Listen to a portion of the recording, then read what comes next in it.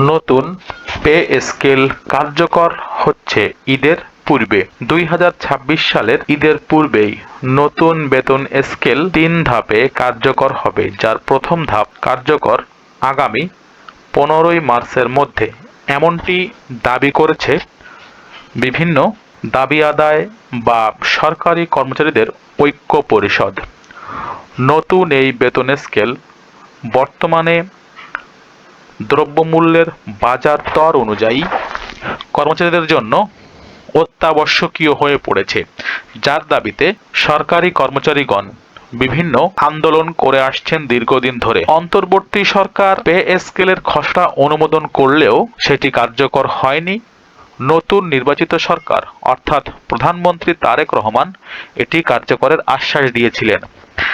2026 সালের মার্চ মাসে নতুন এই বেতন স্কেল কিভাবে কার্যকর হচ্ছে এবং নতুন বেতন স্কেল কার্যকর হলে অবসর সুবিধায় যারা রয়েছেন অর্থাৎ অবসরপ্রাপ্ত সরকারি কর্মচারী যারা রয়েছেন তাদের পেনশনে কি পরিবর্তন আসবে, আজকে এই ভিডিওটির মাধ্যমে বিস্তারিত তুলে ধরার চেষ্টা করছি। যারা এই মুহূর্তে ভিডিওটি দেখছেন সবার কাছে অনুরোধ থাকবে চ্যানেলটিকে সাবস্ক্রাইব করে রাখবেন এবং ভিডিওটি না টেনে শেষ পর্যন্ত দেখবেন, আপনাদের জন্য এই ভিডিওটি অত্যন্ত গুরুত্বপূর্ণ।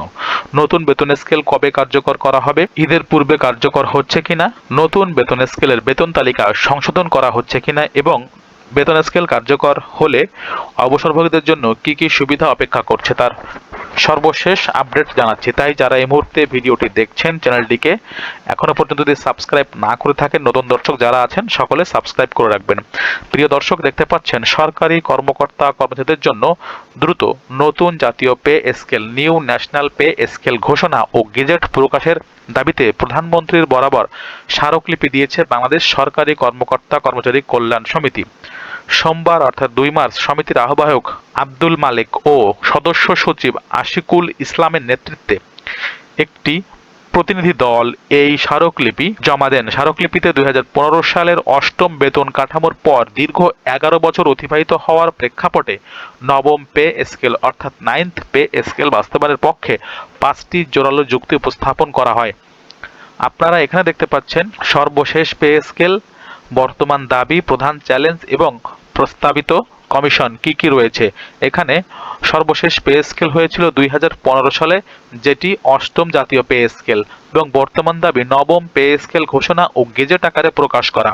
দ্রব্যমূল্যের ঊর্ধ্বগতি ও মূল্যস্ফীতি যে এটি বর্তমানে প্রধান চ্যালেঞ্জ, এবং প্রস্তাবিত কমিশন জাতীয় বেতন কমিশন 2025। আপনারা জানেন ইতোমধ্যেই কিন্তু তারেক রহমান ঘোষণা করেছেন আস্তে ধীরে নবম জাতীয় পে স্কেল তিনি কার্যকর করবেন এবং এই নবম জাতীয় পে স্কেল কার্যকর হলে সরকারি কর্মচারীদের কিছুটা হলেও আর্থিক স্বস্তি আসবে। এখন কথা বলবো সরকারি কর্মচারীরা যে অর্থ প্রতিমন্ত্রীর সঙ্গে কথা বলেছেন, তিনি কিন্তু তাদেরকে আশ্বস্ত করেছেন।